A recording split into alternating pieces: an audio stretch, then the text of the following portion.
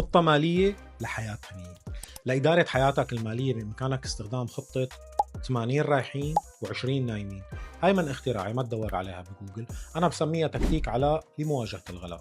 ال 80% يلي جايين ورايحين بشكل شهري رح نقسمهم إلى 65% لمصاريفك الأساسية واحتياجاتك الأساسية و15% للترفيه.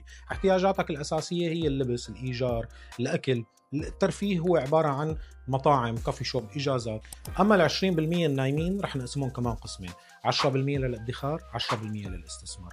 واليوم ضروري نعرف انه الادخار غير الاستثمار، لانه الادخار او التوفير رح تستخدمه بالحالات الطارئه، يعني مثلا لا سمح الله مرض، خساره عمل، كوارث وازمات. اما الاستثمار فهو لزياده مصدر دخلك، ممكن جدا تدخل باستثمار وتخسر، فلهذا السبب الاستثمار يختلف عن الادخار.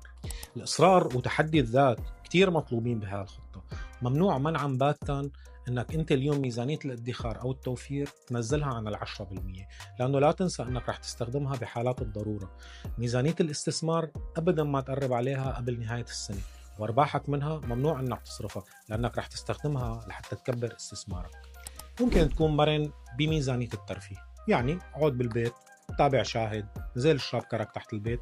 ما في ضروره انك انت اليوم تستخدم هال 15% اذا كنت مضطر انك تستخدمها باحتياجاتك الاساسيه او تسد فيها بعض القروض او الديون الموجوده عليك.